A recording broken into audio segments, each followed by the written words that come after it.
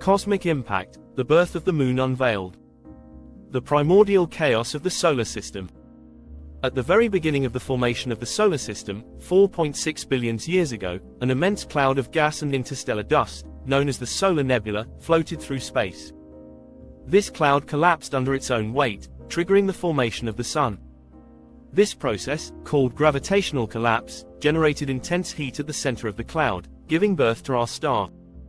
While the Sun was forming, the remaining particles of the cloud, mainly dust and light gases like hydrogen and helium, began clumping together to form planetesimals, the first building blocks of planets.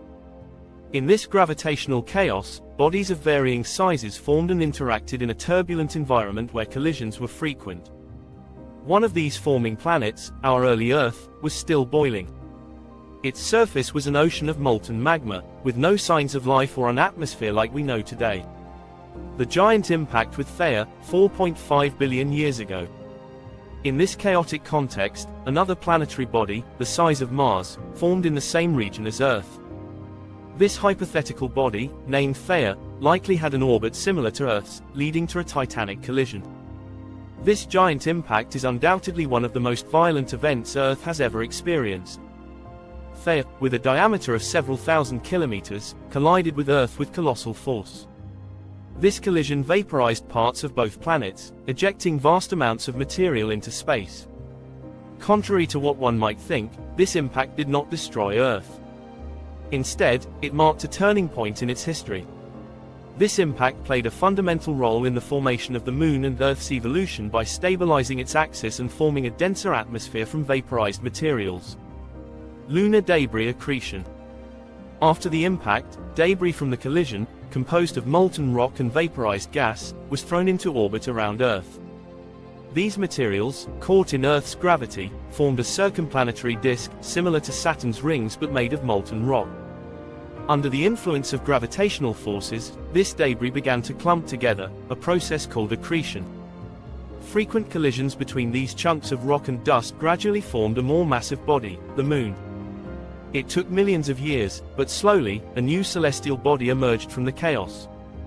This accretion also had the effect of bringing the Moon closer to Earth until it reached a stable orbit. At that time, the Moon was much closer to Earth than it is today, resulting in much stronger tides on Earth than we experience now. Molten Moon and differentiation. At the time of its formation, the Moon was molten due to the intense heat generated by the impact and accretion. Its surface was an ocean of magma, and its interior was constantly reorganizing. As the Moon cooled, a process called differentiation occurred. The heaviest elements, like iron and nickel, sank towards the center to form its core, while lighter materials, like silicates, formed its mantle and crust. This process helped stabilize the Moon and created the internal structure we know today. Recent studies of lunar rocks brought back by the Apollo missions revealed that the Moon might have a core similar to Earth's, though smaller and less dense. Intense bombardment and formation of lunar seas.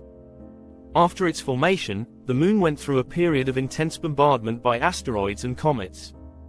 This period, called the Late Heavy Bombardment, occurred about 4 to 3.8 billion years ago.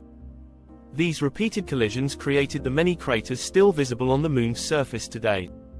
Some of these collisions were so violent that they caused deep fractures in the lunar crust, allowing magma from the interior to escape. This magma then flooded vast regions, creating what we now call lunar seas, dark basalt plains.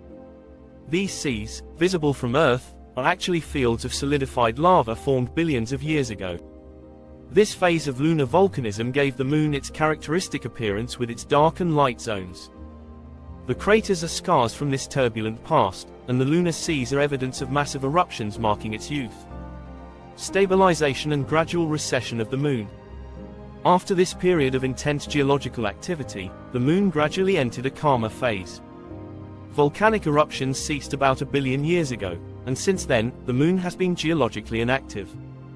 However, a more subtle process has continued, the gradual recession of the Moon from Earth. Today, the Moon is moving away at a rate of about 3.8 centimeters per year. This is due to gravitational interactions between Earth and the Moon, a phenomenon called tidal acceleration. Originally, the Moon was much closer to Earth, causing spectacularly large tides. These tides slowed Earth's rotation and sped up the Moon in its orbit, gradually distancing it. This recession has had notable consequences for stabilizing Earth's axis, contributing to more stable climatic conditions over billions of years, a key factor in the emergence and evolution of life. Alternative hypotheses and current debates.